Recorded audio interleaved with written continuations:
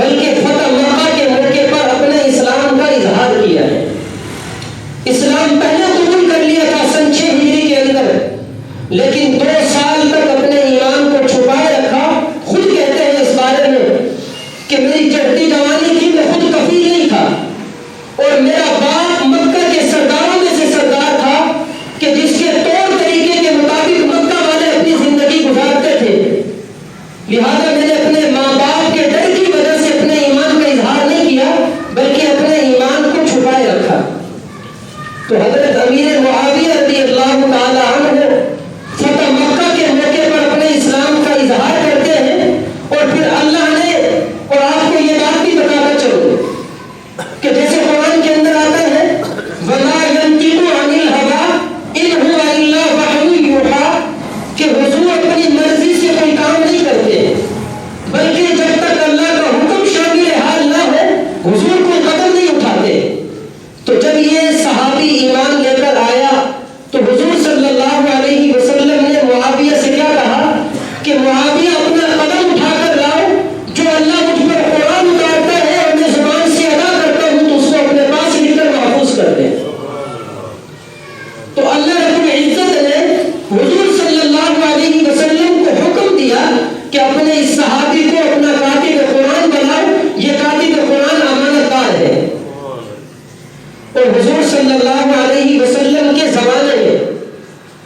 42 کاتبان وحی تھے، 42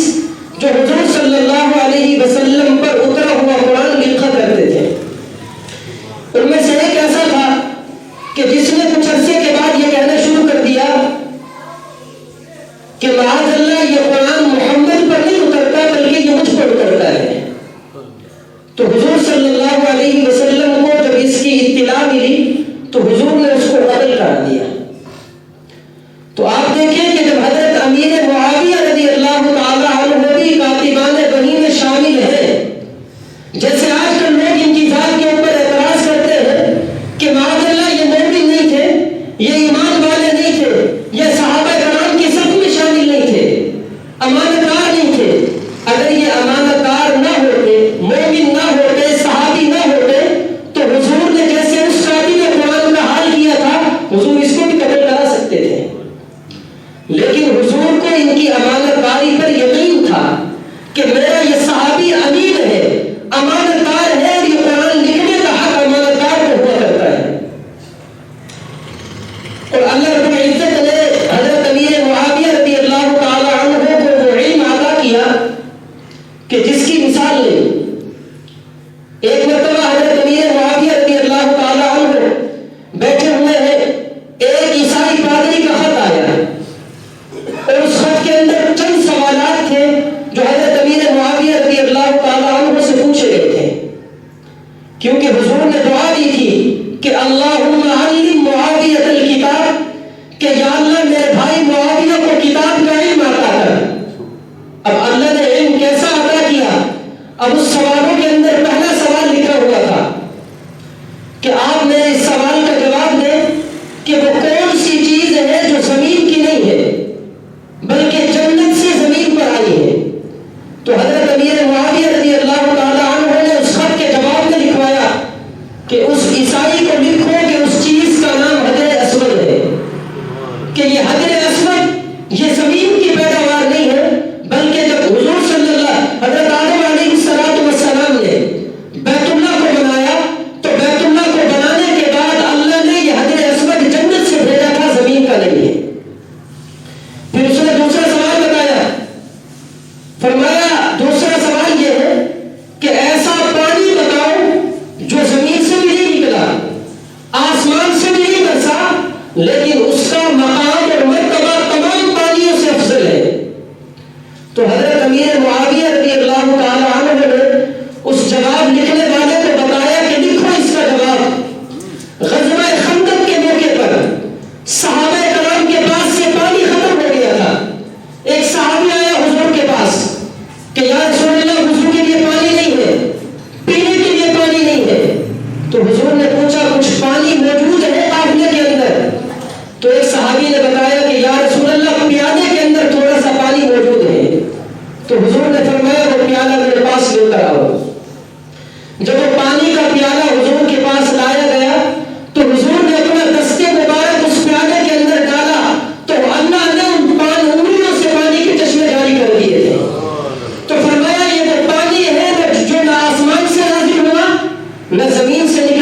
لیکن اللہ نے اس پانی کا مقام اور مرتبہ تمام پانیوں سے افضل بنایا ہے،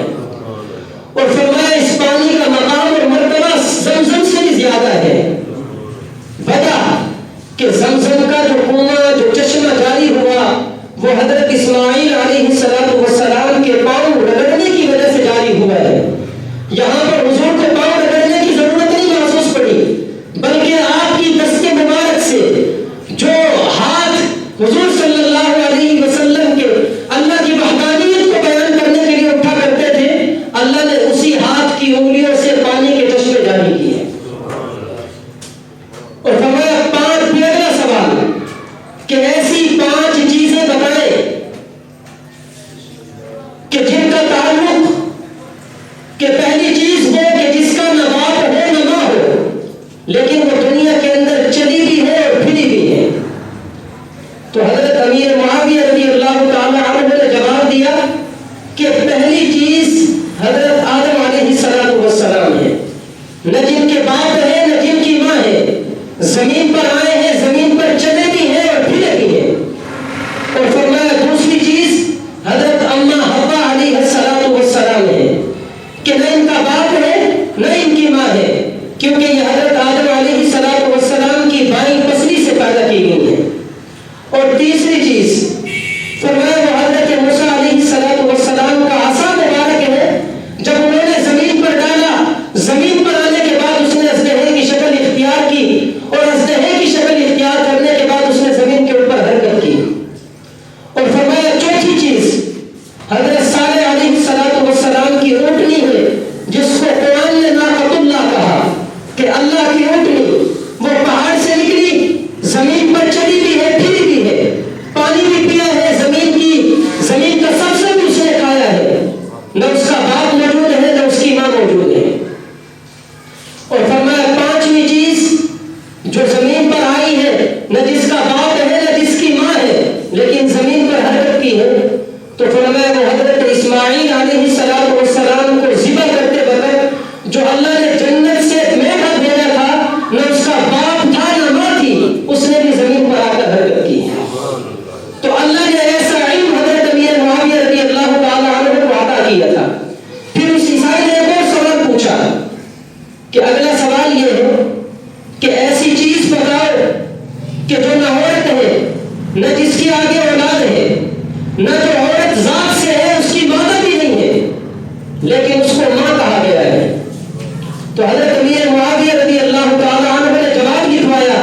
کہ قرآن کے اندر آتا ہے لِتُنذِرَ أُمَّ الْقُرَىٰ وَمَنْ حَوْلَهَا، کہ اللہ نے مکہ کے شہر کو قرآن کے اندر ماں کہا گیا ہے۔ تو مکہ کے شہر کو اللہ نے جب قرآن کے اندر ماں کہا ہے، تو نہ اس کا باپ ہے نہ ماں ہے نہ اس کی آگے اولاد ہے نہ اس کا کوئی خامد ہے، لیکن پھر بھی اس کو قرآن کے اندر ماں کہا گیا ہے۔ تو اللہ رب العزت نے حضرت امیر معاویہ رضی اللہ تعالی عنہ کو یہ مقام اور مرتبہ اور یہ علم عطا کیا تھا۔ پھر افسوس کی بات تو یہ ہے کہ اتنے مقام اور مرتبے والے صحابی پر پھر آج کے لوگ اعتراض کریں کہ معاذ اللہ یہ ایمان والے نہیں تھے، ان کا ایمان قابل قبول نہیں ہے، وجہ کس نے اپنے ایمان کو 2 سال تک چھپائے رکھا۔ آپ دیکھیں کہ حضرت امیر معاویہ رضی اللہ تعالی عنہ سن 6 ہجری کے اندر ایمان لائے ہیں، لیکن 2 سال تک اپنے ایمان کو چھپائے رکھا ہے۔ ایک طرف یہ ہے ابو سفیان کا بیٹا اگر 2 سال تک اپنے ایمان کو چھپائے تو وہ مسلمان کہلانے کا حقدار نہیں ہے، اور دوسری طرف دیکھو نبی کا بھی چچا ہے، علی کا بھی چچا ہے، نام اس کا عباس ہے، جنگ بدر کے موقع پر حضور کے خلاف جنگ لڑی ہے، اور غزوہ بدر کے قیدیوں میں گرفتار ہو کر حضور کے پاس آیا ہے۔ یہ بھی حضور کے خلاف جنگ لڑنے کے بعد حضور نے رہا کر دیا، چلا گیا واپس مکہ کے اندر۔ یہ صحابی بھی آپ کے چچا بھی عباس یہ ایمان لے کر آئے، لیکن اپنے ایمان کو 6 سال تک چھپائے رکھا۔ غزوہ بدر کے بعد ایمان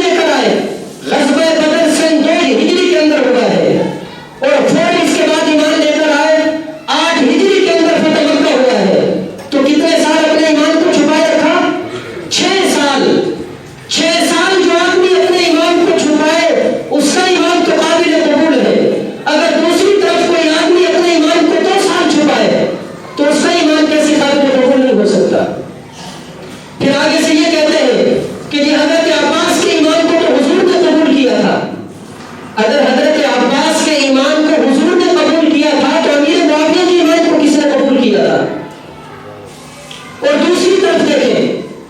حضرت علی رضی اللہ تعالیٰ عنہ کے بھائی ہیں، نبی کے چچا زاد بھائی ہیں، اور حضرت حسین کریمین کے چچا ہیں، اور حضرت علی رضی اللہ تعالیٰ عنہ کے داماد کے باپ ہیں، نام ان کا عقیل ہے۔ یہ بھی غزوہ بدر کے موقع پر حضور کے خلاف جنگ لڑتے ہوئے گرفتار کیے گئے تھے، لیکن یہ بھی فتح مکہ کے موقع پر ایمان لے کر آئے ہیں۔ اگر کوئی آدمی فتح مکہ کے موقع پر ایمان لے کر آئے، اعتراض یہ کرتے ہیں کہ معاذ اللہ حضرت امیر معاویہ رضی اللہ تعالیٰ عنہ کے جو باپ ہیں ابو سفیان، وہ فتح مکہ کے موقع پر ڈر کر ایمان لے کر آئے تھے۔ دیکھیں، اگر ابو سفیان فتح مکہ کے موقع پر ایمان لے کر آتا ہے، وہ تو ڈر کر ایمان لائے، اور ایک طرف نبی کا چچا زاد بھائی ہے، علی کا سگا بھائی ہے، وہ فتح مکہ کے موقع پر ایمان لے کر آئے تو وہ ڈر کر ایمان نہیں لایا۔ جیسے یہ ڈر کر ایمان لا سکتا ہے تو وہ بھی ڈر کر ایمان لایا ہے، لیکن نہ ہم انہیں بڑا بڑا کہتے ہیں۔ ابو سفیان رضی اللہ تعالیٰ عنہ جب ایمان لے کر آئے تو حضور نے کیا فرمایا؟ وَمَن دَخَلَ فِي بَيْتِ أَبِي سُفْيَانَ فَقَدْ آمَنَ، کہ جو بندہ ابو سفیان کے گھر میں داخل ہو جائے گا وہ امن والا ہے، اسے کچھ بھی نہیں کہا جائے گا۔ ابھی ایمان لے کر آئے ہیں، کسی حکم پر عمل نہیں کیا، لیکن حضور نے اتنا مقام اور مرتبہ اس کو عطا کر دیا۔ پھر دوسرا اعتراض حضرت امیر معاویہ رضی اللہ تعالیٰ عنہ پر یہ کرتے ہیں کہ معاذ اللہ ان کا خاندان اچھا نہیں ہے، کہ اس خاندان کو شجرہ ملعونہ کہا جاتا ہے۔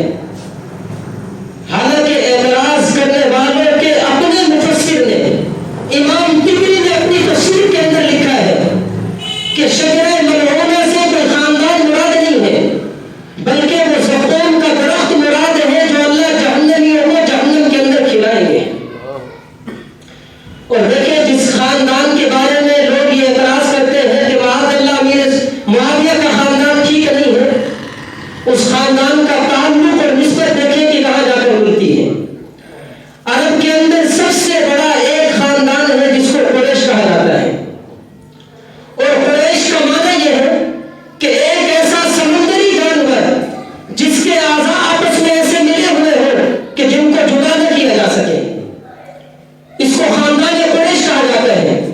اس خاندان کے آگے 11 شاخیں ہیں۔ ایک کا نام قبیلہ بنو ہاشم ہے، جس کے حضور صلی اللہ علیہ وسلم کی ہاشمی خاندان سے، علی کا تعلق بھی اسی خاندان سے۔ دوسرا قبیلہ بنو تمیم ہے، جس میں حضرت ابو بکر صدیق رضی اللہ تعالیٰ عنہ ہے۔ تیسرے قبیلہ کا نام بنو عدی ہے، جس میں حضرت فاروق اعظم رضی اللہ تعالیٰ عنہ ہے۔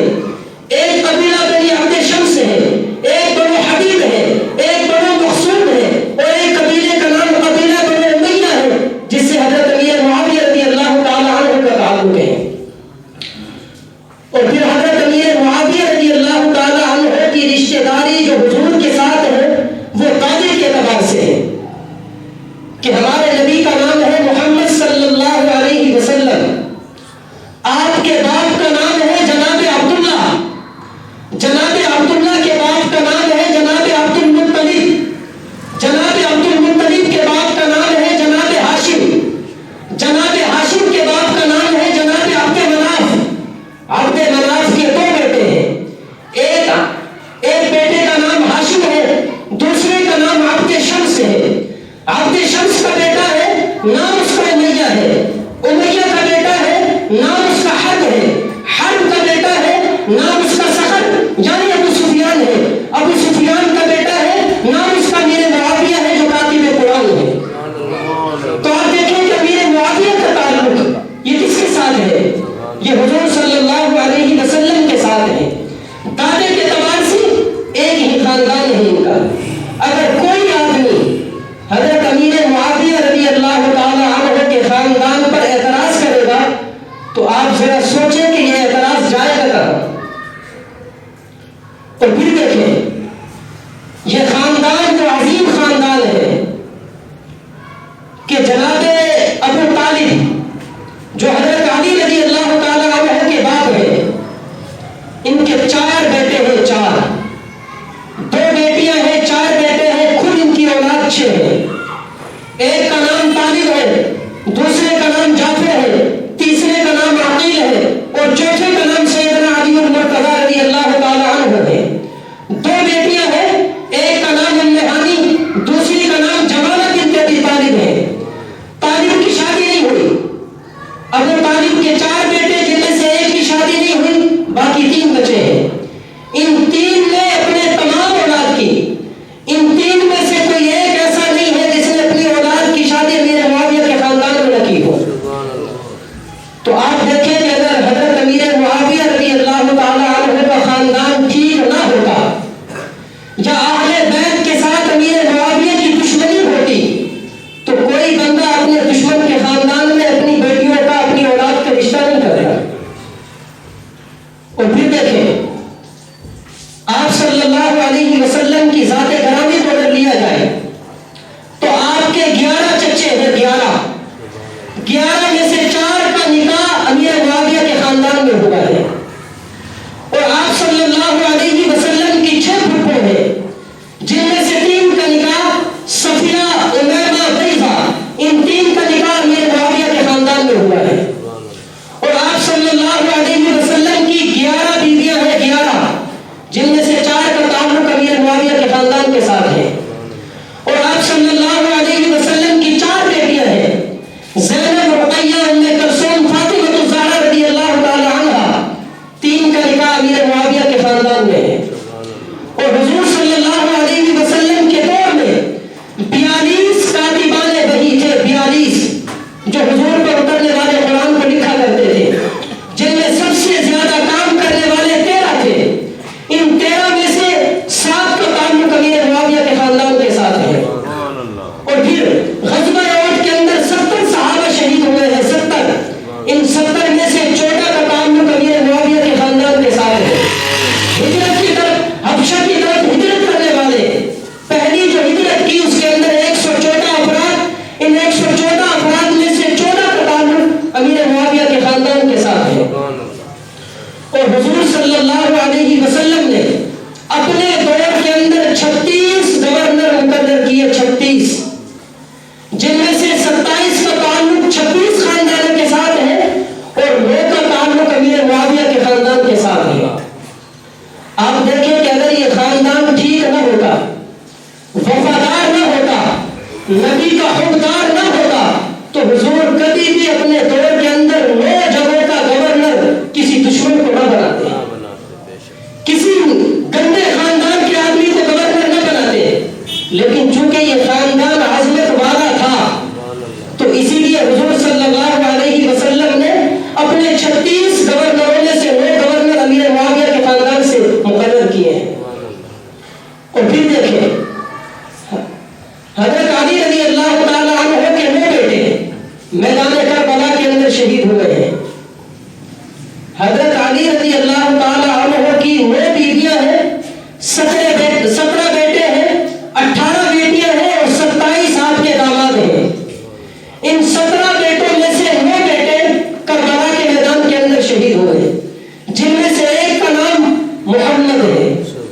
اس محمد کی ماں کا نام رقیہ ہے، اور اس رقیہ کا جو باپ ہے، رقیہ کا جو خامد ہے وہ امیر معاویہ کے خاندان کے ساتھ تعلق رکھتا ہے۔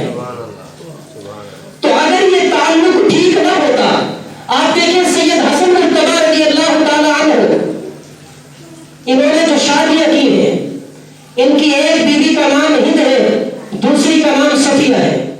یہ دونوں حضرت ابو بکر صدیق رضی اللہ تعالی عنہ کے خاندان سے ہیں،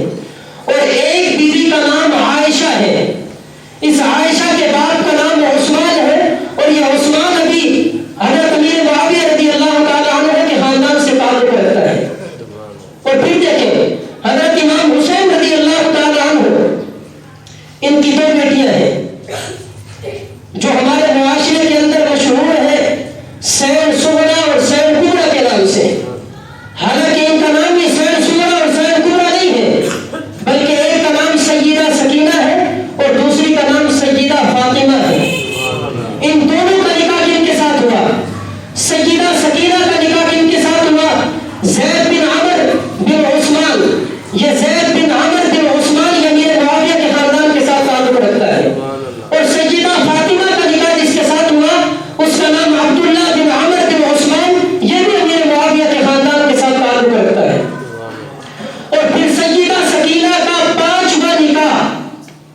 سیدہ سکینہ کا 5واں نکاح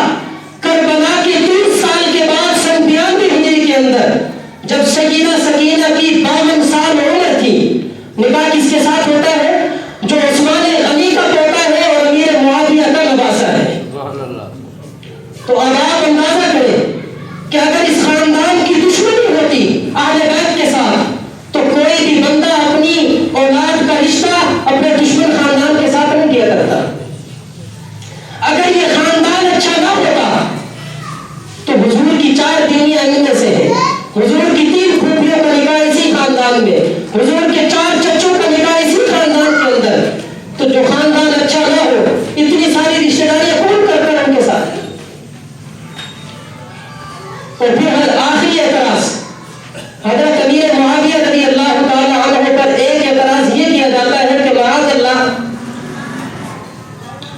حضرت امام حسن رضی اللہ تعالی عنہ کی بیوی ہے،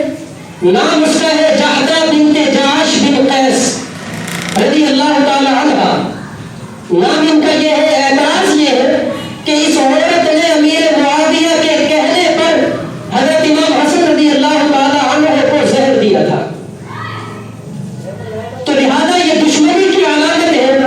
کہ امیر معاویہ کے کہنے کی وجہ سے اس نے حضرت امام حسن رضی اللہ تعالی عنہ کو زہر دیا۔ اگر دشمنی نہ ہوتی تو یہ زہر نہ دلواتے۔ اب اس عورت کا قصور کتنا ہے؟ قصور صرف اتنا ہے کہ یہ جہدہ بنت جعش بن قیس رضی اللہ تعالی عنہ یہ نواسی ہے حضرت صدیق اکبر رضی اللہ تعالی عنہ کی۔ صرف ان کا نواسی ہونا یہ ان کا قصور ہے جو لوگ ان کو یہ ٹھہراتے ہیں کہ جس نے حضرت امام حسن رضی اللہ تعالی عنہ کو زہر دیا۔ اور پھر دیکھیں جب آخری لمحات تھے حضرت امام حسن رضی اللہ تعالی عنہ کے، حضرت امام حسین رضی اللہ تعالی عنہ آئے اپنے بھائی کے پاس اور پوچھا کہ بھائی آپ یہ بتائیں کہ آپ کو زہر کس نے دیا ہے؟ تو حضرت امام حسن رضی اللہ تعالی عنہ نے جواب دیا کہ پہلی بات تو یہ ہے کہ میں جانتا نہیں ہوں، اگر پتا ہوتا تو تب بھی نہ بتاتا۔ جب حضرت امام حسن کو پتا نہیں ہے، آج کے لوگوں کو کیسے پتا چل گیا کہ ان کو زہر دینے والے حضرت امام امیر معاویہ رضی اللہ تعالی عنہ کے کہنے کی وجہ سے ان کو زہر دیا گیا ہے؟ تو یہ سراسر حضرت امیر معاویہ رضی اللہ تعالی عنہ کے ساتھ بغض اور دشمنی کی علامت ہے۔ جو لوگ ان کی ذات پر خواہ مخواہ کے اعتراض کرتے ہیں اور ان کو یہ کہتے ہیں کہ معاذ اللہ ان کی اہل بیت کے ساتھ دشمنی ہے یا یہ مومن نہیں ہے یا جو بھی اعتراض کرتے ہیں، تو ان اعتراضات کا حقیقت کے ساتھ کوئی تعلق نہیں ہے۔ حقیقت صرف وہی ہے جو چند باتیں میں نے آپ کے سامنے عرض کی ہیں کہ ان کا تعلق آپس کے اندر پیار اور محبت کا تھا۔ دیکھیں قرآن کے اندر آتا ہے رحماء بینہم کہ صحابہ کرام کی جتنی جماعت ہے یہ ساری کی ساری آپس میں پیار اور محبت کرنے والی جماعت ہے۔ اب بعض لوگوں سے یہ صحابہ کرام کا پیار اور محبت برداشت نہیں ہوتا۔ جب برداشت نہیں ہوتا تو پھر صحابہ کرام کی ذات پر انگلی اٹھاتے ہیں اور صحابہ کرام کی ذات پر اعتراض کرتے ہیں اور صحابہ کرام کو آپس میں دشمن بتاتے پھرتے ہیں تاکہ جو صحابہ کرام کا تعلق ہے وہ آپس میں سے ختم ہو جائے اور تاکہ لوگوں کا یہ ذہن بن جائے کہ یہ صحابہ کرام آپس میں پیار محبت والے نہیں تھے بلکہ ایک دوسرے کے ساتھ دشمنی رکھنے والے تھے۔ تو میرے دوستو صحابہ کرام کی جماعت یہ وہ جماعت ہے جس کا انتخاب اللہ نے خود کیا ہے، اور ہر وہ شخص جو مکہ کی دھرتی پر یا مدینہ کی دھرتی پر موجود تھے جس کو اللہ نے پسند کیا، اللہ نے اس کو باہر کے معاشرے سے اٹھا کر نبی کے قدموں میں رکھا اور وہ نبی کا غلام بنا ہے۔ کوئی شخص اپنی مرضی سے کلمہ پڑھ کر حضور کی جماعت میں شریک نہیں ہوا۔ جس کو اللہ نے پسند کیا ہے کہ یہ میرے نبی کے یار بھی بن سکتے ہیں، وفادار بھی بن سکتے ہیں، حبدار بھی بن سکتے ہیں، اللہ نے ان لوگوں کو کلمے کی توفیق دی اور وہ کلمہ پڑھ کر نبی کی جماعت کے اندر شریک ہوئے ہیں۔ لہذا صحابہ کرام کے بارے میں اپنا یہ نظریہ بنانا یا یہ ذہن بنانا کہ صحابہ کرام کا آپس میں تعلق ٹھیک نہیں تھا تو یہ انسان کو کفر تک پہنچا دیتا ہے۔ تو لہذا ہمیں بھی چاہیے کہ ہم صحابہ کرام کے بارے میں اپنے ذہن کو خالی رکھیں۔ اللہ نے جو صحابہ کرام کو مقام اور مرتبہ عطا کرنا تھا کر دیا ہے۔ اب اگر کوئی بھی بندہ ان کی ذات پر بھونکتا رہے ان کی شان کے اندر کمی نہیں آئے گی۔ کیونکہ اللہ نے قرآن کے اندر فرما دیا رضی اللہ عنہم ورضوا عنہ کہ اللہ ان سے راضی ہو گیا اور وہ اللہ سے راضی